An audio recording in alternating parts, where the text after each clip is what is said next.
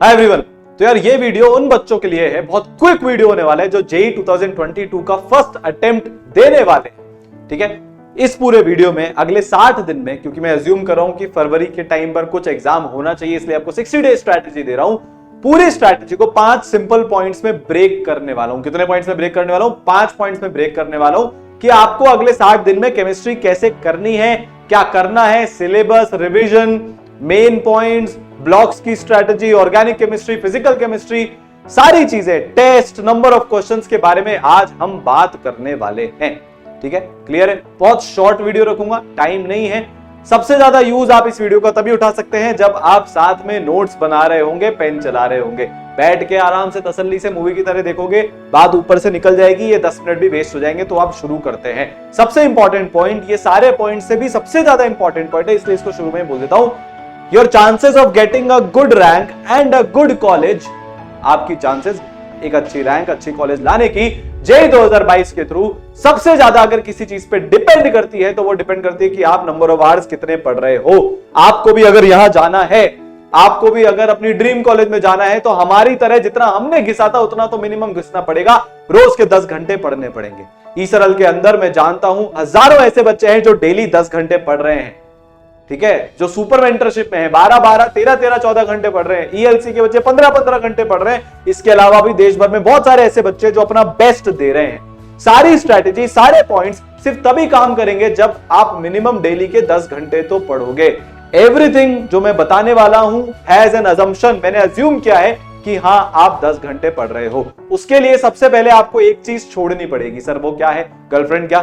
वो तो छोड़नी ही पड़ेगी अभी तो, क्योंकि अभी तो एग्जाम पे फोकस करना है, पर उससे भी ज्यादा जरूरी है एक सवाल आपको छोड़ना पड़ेगा। अरे सर ऐसा कैसा सवाल है जो हमको छोड़ना पड़ेगा? वो सवाल है कि क्या सर अभी भी हो सकता है क्या? क्या सर अभी भी हो सकता है क्या? क्या सर अभी भी हो सकता है क्या? 2 महीने में हो सकता है क्या? 3 महीने में हो सकता है क्या? अभी से स्टार्ट करूं तो हो सकता है क्या? यार ये इतना इरिटेटिंग सवाल है। मैं हर दिन कम से कम भी 50 बच्चे मेरे से ये पूछ लेते हैं, अलग अलग माध्यम से, अलग अलग तरीकों से।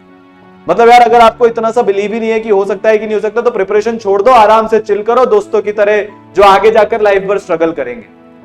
मेरे पास हजारों एग्जांपल है, अपूर्व, मंत्रा, नीलेश, श्रीनिवास, आयुष अग्रवाल, अमन अग्रवाल, एशना, जिन्होंने लास्ट टाइम में प्रिपेयर किया, पूरी जान लगाई, बहुत लो लेवल से उठ के वो काफी हाई लेवल पे चले गए। पर ये एग्जाम्पल यार मैं नहीं दूंगा, दे दिए मैंने, पर मैं और इनके बारे में बात नहीं करूंगा। आपसे सिंपल सी चीज पूछूंगा, जिंदगी में करना चाहते हो कि नहीं करना चाहते हो? अपने नाम के आगे IITN NITN लगाना चाहते हो, नहीं लगाना चाहते हो? जो आपने सपना देखा है उसको पूरा करना चाहते हो कि नहीं करना चाहते हो? कि एवरेज बनकर मीडियोकर बनकर रहना चाहते हो? अगर एवरेज मीडियोकर बनकर रहना है, एवरेज क्या होता है? क्या हर IITN बनने से आदमी एक्सीलेंट हो जाता है क्या? नहीं। एवरेज बंदा वो बंदा होता है जिसने एक टारगेट बनाया और उस टारगेट को अपना सब कुछ नहीं दिया, वो एवरेज है।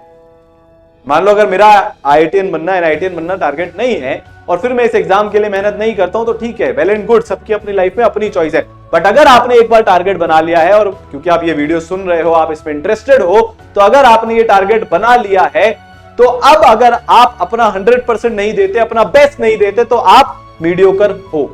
ठीक है, समझ में आई बात? तो शुरू करें।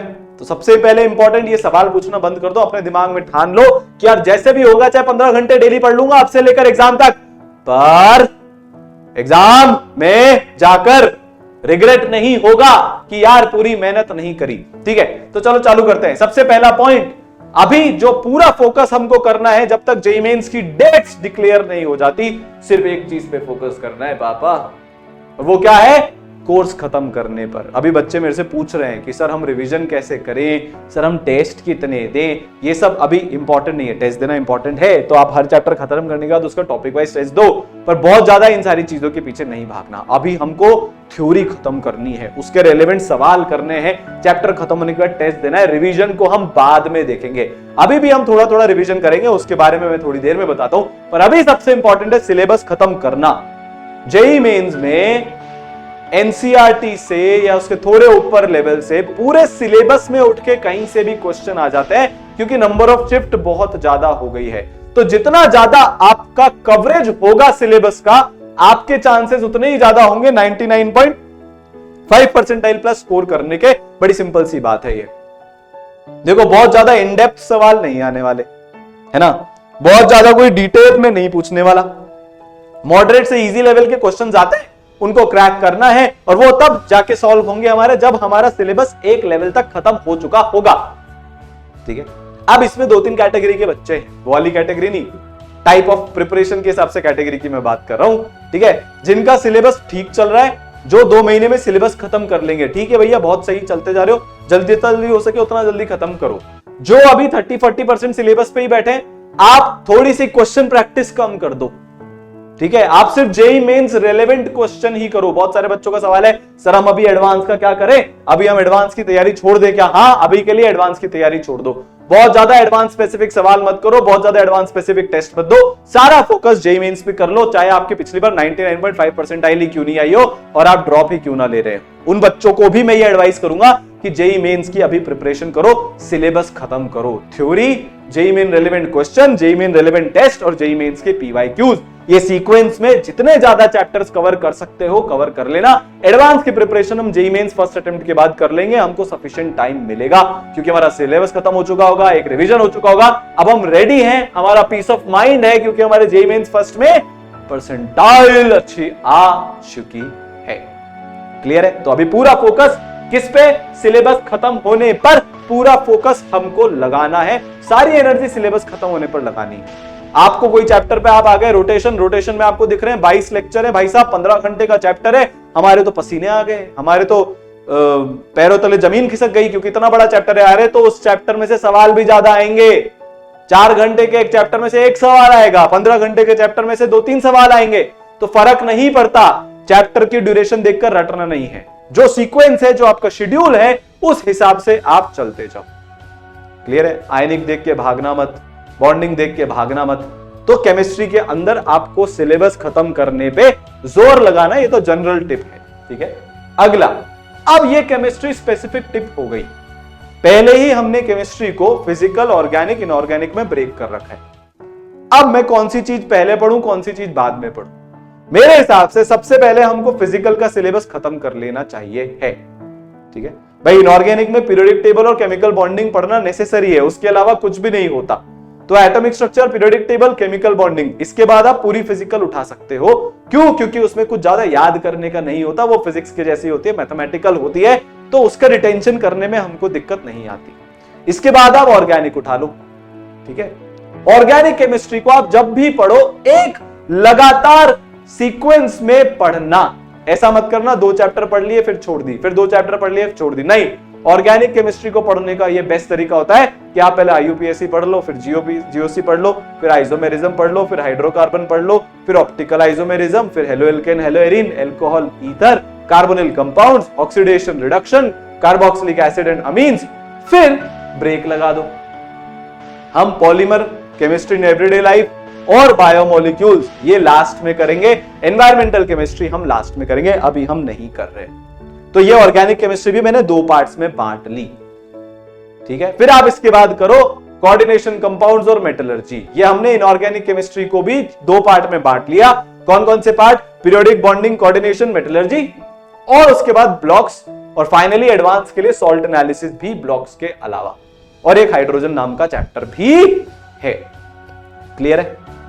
तो हमको करना क्या है? फिजिकल मैंने खत्म कर ली, सरफेस केमिस्ट्री को भी मैंने फिजिकल से अभी हटा दिया, सरफेस केमिस्ट्री को भी मैंने हटा दिया क्योंकि वो फैक्ट बेस्ड चैप्टर है, चीजें उसमें याद करनी पड़ती हैं। तो हमने पहले फिजिकल के समझने वाले chapter other than surface chemistry, organic के समझने वाले चैप्टर 4 चैप्टर्स को छोड़ के environmental, polymer, biomolecule, chemistry in everyday life, और इनऑर्गेनिक के भी समझने वाले चैप्टर्स, ब्लॉक्स को, हाइड्रोजन को और सॉल्ट एनालिसिस को छोड़ के कवर कर लिए। एकदम लास्ट में जब हमारा 1-1.5 महीना बचा होगा, 1 महीना बचा होगा या 15-20 दिन बचे होंगे, हम इन सारे चैप्टर्स पे अटैक करना शुरू कर देंगे क्योंकि ये प्योरली याद करने वाले चैप्टर्स हैं। इनको हम जितना एंड में पढ़ेंगे, हमारा रिटेंशन उतना ही अच्छा होगा। तो सिलेबस को पार्ट में ब्रेक कर कर अपने को पढ़ना है।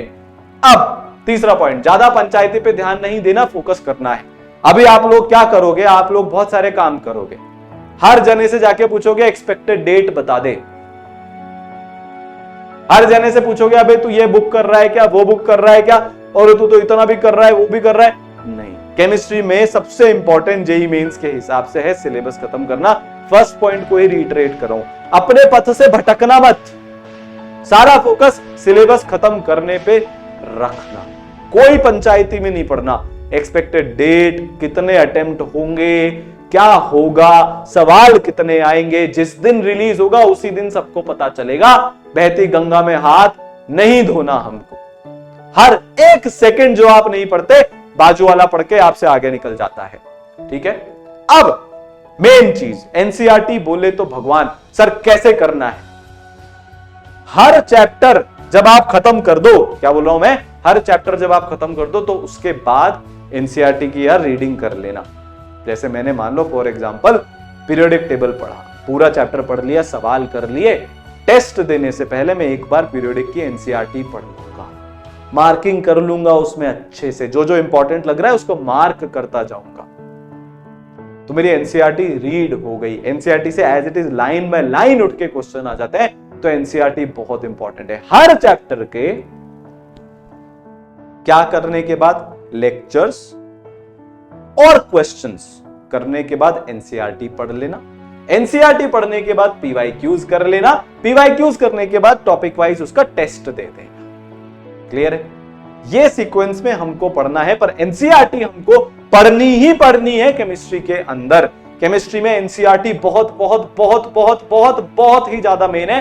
मैं इस पे और ज्यादा स्ट्रेस नहीं कर सकता, मतलब मैं कितना भी कर लूं इसके साथ वो नहीं अचीव कर सकता। अब बच्चों को जो दिक्कत आ रही है, सर हम पुरानी चीजें भूलते जा रहे हैं, केमिस्ट्री है तो आप पुरानी चीजें भूलोगे, ऑब्वियस सी बात है। सबसे पहले तो आप कॉन्फिडेंस बनाए रखें, आपका कल ही पेपर नहीं होने वाला है, रिवीजन करने का हमको वक्त मिलेगा, तो जो चीजें हम ऐसा लग रहा है कि हम भूल चुके हैं उनको भी आप दोबारा से पढ़ लोगे। क्लियर?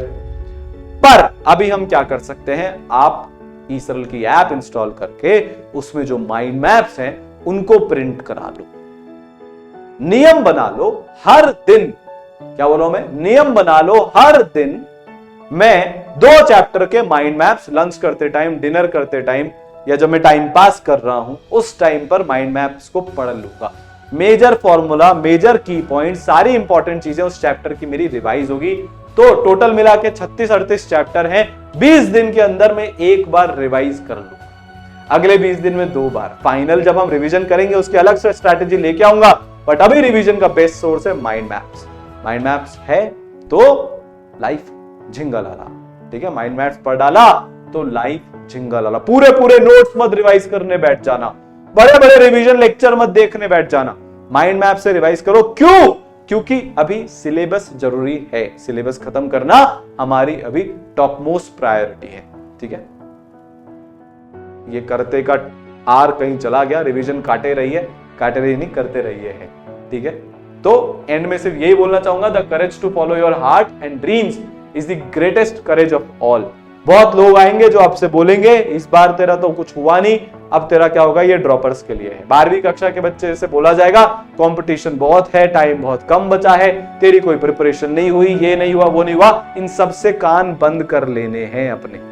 सिर्फ जो आपके अंदर की आग है, जो आपका ड्रीम है, जो आपका पैशन है, जो आपने गोल बनाया है, उसके पीछे भागते रहना है। एंड में सिर्फ इस चीज से एंड करना चाहूंगा कि अपने पथ पर चलता जाऊंगा, चलने में माहिर बन जाऊंगा, या तो मंजिल मिल जाएगी या एक बहुत अच्छा, बहुत प्यारा सा, नन्हा मुन्ना सा मुसाफिर मिल जाऊंगा। आप सब बहुत अच्छा कर सकते हो, ईच वन ऑफ यू। यार हमने पूर्व अंतरा से यही सीखा है कि यार हर एक बच्चे के अंदर एक हिडन जेम होता है।